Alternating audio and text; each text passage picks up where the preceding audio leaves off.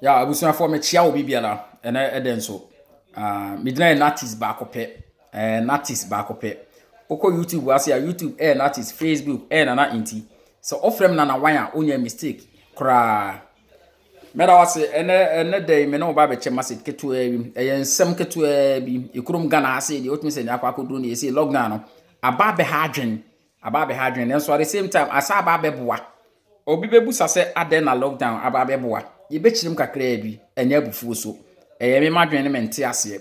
Bia na wone menya adwen. Ene nkyere se didimatem ana se obomfume. Mete wase nso adwen kyere de obi aho. Esono obi anso eno ne nte ase. Enti Nyankopon enhyira wo a wo hwe. Mesro se aya share ema me wo YouTube wase yi. Facebook anso aya share message osi ni enu akiri. Na afi obi a enti se bi minyansa se menkwase asem ene ma adwen a me kyere na ono nso emfemu abakra. Nyankopon enhyira wo se me bombi ni kyere ono. Natis 1 natis ba kope YouTube subscribe na anytime bia ensem papa bi se ba onye bi no ayede na wati ase eno kwasem ne yeka ye kyere ya adwen na Nyankopon de ama me no mie no me de ne besim no na ma kyere wati ase na ma kyere ofa bia ebeboa saa nso na wo kyere wadwen na mso mfa bia ebeboa me a na mafa na ye mie no nyina ayede ye koye no Nyankopon enhyira opa se me bo me din de mpesatan bia no me mention afa uti din ase eye natis ba kope YouTube mini size natis ba kope ana Facebook ase nso nana inti ofrem na wan a onya mistake ofrem natis onya mistake Nyankopon enhyira asemben ana ba bedi honkomo ase ni nyina ni coronavirus sa madam na otisi wiase nyina na ochema ne so amansan obi aso na Ghana so ye ne ye chefa no ne honkomo akra bi na me ba bedi ana oba ye nso enema me ka se aboa ene ne amwa no me pese no mie no nyina ye che sa asem no na wo ne enti America ne sa ene sense coronavirus wi ba yi ba bia ha ye ama meboa ye ma ye totun nwumam obu ho no ma ba bi obedampo de ma no ekodum pempenso obi eni pempie abonten se obi ane na abonten no saafo na omo tini su omo di wo mo ho omo nsaso omo chi adwale omo timi di mebika no na omo heda any problem bia sa do omo problem nenso so de compare obi a wonya ba bi na oni fie bia kom eni ade na ano oden pa nenso Nyankopon adaworoma na adodankwa akufo ado Ghana mpanimfo NPP mpanimfo ene NDC mpanimfo enum bi ebinom apapafo no omo nyina atrase dwene ho se ya ebeboa si ebeja atum na obi aye ne numa se ne be ya enipa ne benya bibi edi akona no na kwankofo ha obi ama yeda omase na ne nyina mu na ado Ghana president ye bo odian ne akoto ye bo dwuma koso ne bo dwuma na de bu no epese oye ma Ghana fo ye rum titu mabunu na ye sisuo no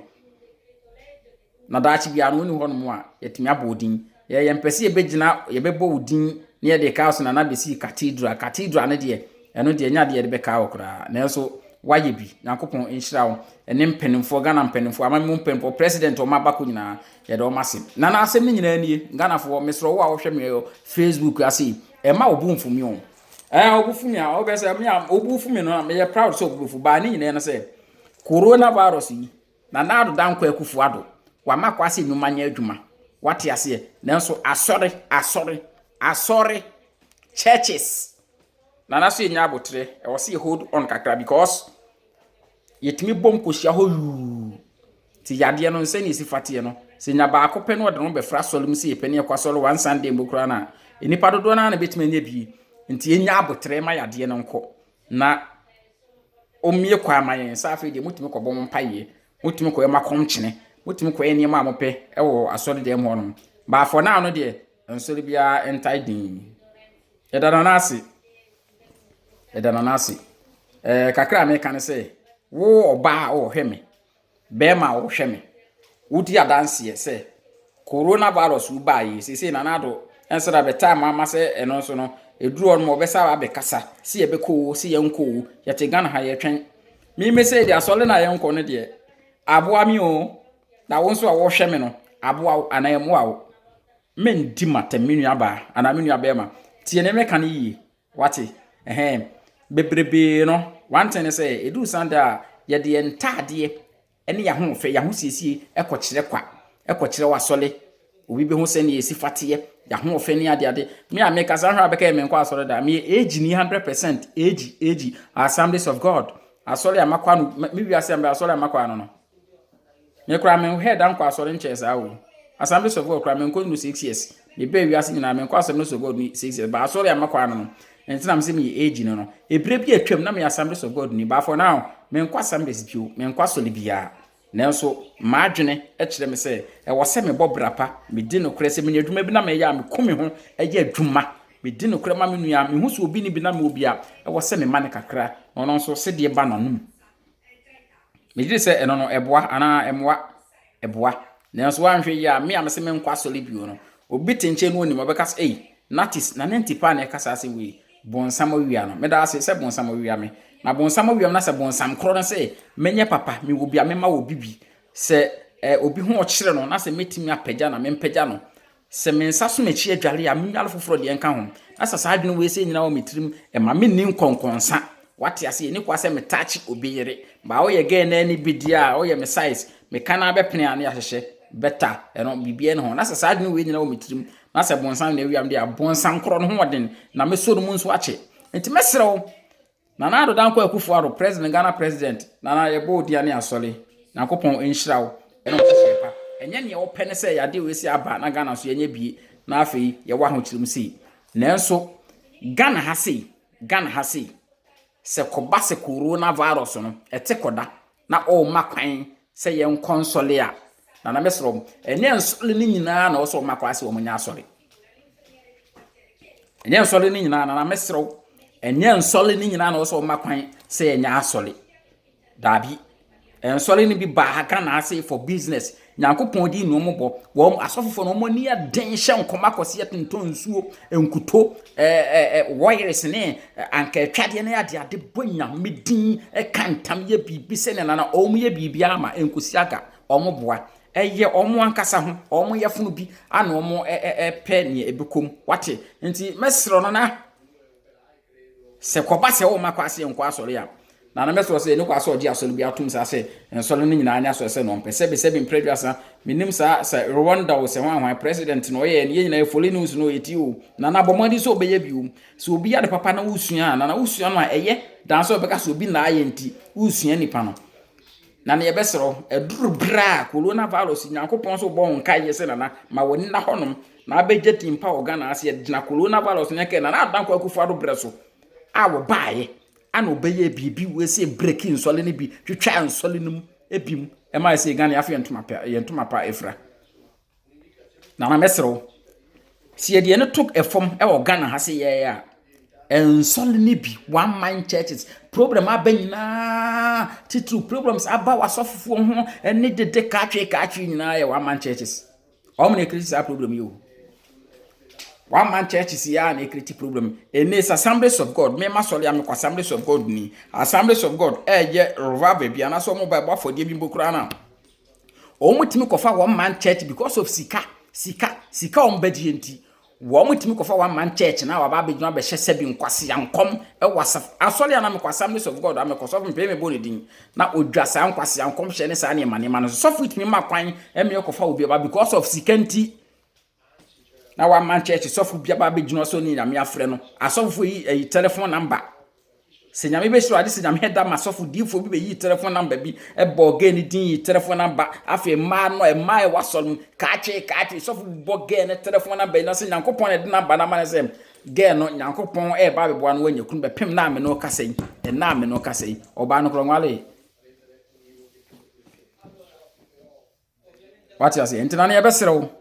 Ghana president Ghana mpanimfo mo ameka bi o menua no ma ne menemo kan mo ne me yadwene no na mo share video no na akwa akiri na boa me no mienu ensole ya Nana Addo se ko base wo makwan se yenye ensole ya ana yenko ensole ya o ma wo mkwa mo mtimi ya sole kakra no ene sa ensole we si na ensole nam de ba beto anim no sa ensole de se ne etie bia enum se na de Nana betima ke Ghana asole bia na asole bia de bi wan kasa mtimi because wan kasa e Kristo ni e man pin that John Dramani Mahama or John Dramani Mahama right Oya Assemblies of God ni enti wontimi nkasa asɔre bi enkwa asɔre na emom se koba se wo makwa se nsɔre nkwa asɔre ya na ye nya asɔre ye nkoso nyankopɔn se ne ye bebre agiri se hɔ no ne kwa nyankopɔn wɔ na saa nsɔre we na ka be ya am wo kwan na ɔmo do ɔmo nkoso nyame na nsɔre bi aka de nka emre mu wɔden ene wo muni because wo man kasa business ana ɔmo de ha dwen wo maga na ase na asɔre bi ti Assemblies of God Assemblies of God na manokwan ebre no so ade manokwan na onya asɔre Pentecostal church what ya Pentecost na ono so manokwan ye nti a mekasa mo kwa na mechirim na omonya asɔre Presby Almighty Presby na ma Presby fo nso kwan na omonya asɔre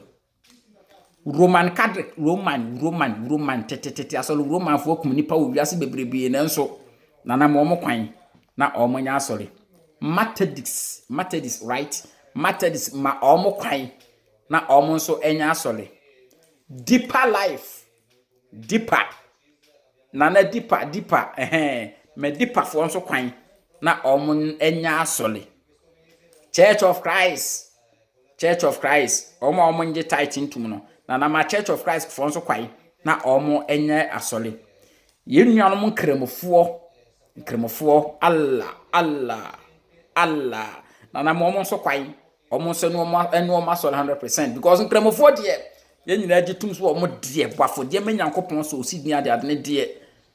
ye bo omo din ane akoto wanhwe obi beka se ye bo nkremofo din a na o ye nsuro omo no enye ne sa na so wudi madanse se nkremofo nye de mtwetwe aso eye minute bi awa bi no mateam omo bo nka ese time aso kwa akofri nyame after that no onti omo nka biu wate ase omo penokore nti omo kokko onkremofo penokore pa nti omo kokko nti o kanokore na otwa nkontompa waso no di yem na wate ase all die bi da na man nkremofo nso kwai na omunya asɔre ana dance di for from say Jehovah Witness ya Yehowa fo e dey from Yehowa fo ma omo so kwan ye hu so omo ya no kwafo na omo so enya asɔre onimi ana adura me fa ho no kwasem na meka no asɔ baby sunsum sɔle ne saa ne manema bi ne gidi kokko ne saa ne manema no ye de ne to fom ne aye select ya fe ye de abrew na tie besrew ensɔle we se amabo mu din akyerew no mesrew so dɔte nsɔle ya makan ya mesrew wate ase saa nsɔle ya mabo din we se ato na ma saa nsɔle no kwan na ye de enya asɔle nkonkoso nya nkoropon ba akopɛ aye no so ne bo wiase enimu ne yema nyina no yemo din ne yemo ne din wo hɔ na ye ntutu ye ho na emwa nana apart from saa nsɔle ya makan menim se bia wonu asɔle bu wo hɔ no bio na saa nsɔle ya wo nim no mentimi anka mesrew ma me hu saa asɔle kro na se de hyem ne ye de be hyem na ensɔle aka nyina wa man churches wo ene nyema ne dede katwe wo nation prophet ne saa buramu nsuo ne nana ni nyina aka gu no omo be pe wo mo na so omanyi wo mo mawie ehu hia so mbe ha ya adwebiu e be sere Ghana fo mpanimfo na na danko gufo do ye ni abre ne kasa na se anwoso ya mo hu se ni abre ye sere mo makwan na afa ensɔle ne ya asɔle ya ensɔle ya didin ne tudwa no ma wo mo kwa no mo nye asɔle na ne aka ni nyina obini mo buruka ne one man churches na aka wo Ghana ha se nyina na school dem nsɔle nyina na gu no wate ase obu on ma wonim hwe te sem ya meti yi ante boy oso esofo 3 years na afa wa start bu nkofo ne ade mesro video ma abonfu efrem natis one na adan ko ekufo do ebesro sese ko base wo makwa ase nya sora ensole ye pese wo ya soro no anam de ato anim no ebesro ma abonfu wa wo hweme share video no ewuni abema natis na intif YouTube Instagram natis YouTube natis mesro say subscribe na share video ma me na anytime bi asema se bia betoma me no mienu nyina na yafemu aba na ya che won so message bia so na pese me ka ho asema na bia na wo message bi o pese discuss about that message na o de check mo Facebook na ye nkasa na ye hu ko e befa so na kopon hira wo a wo hwe me da wase obuafu se de ekura na me do bruta wo a wo hwe me so obuafu a me do bruta nkenka so yo ba kura de na me tu chema na kopon hira wo ye be se hia bi o na me hira wo bye bye.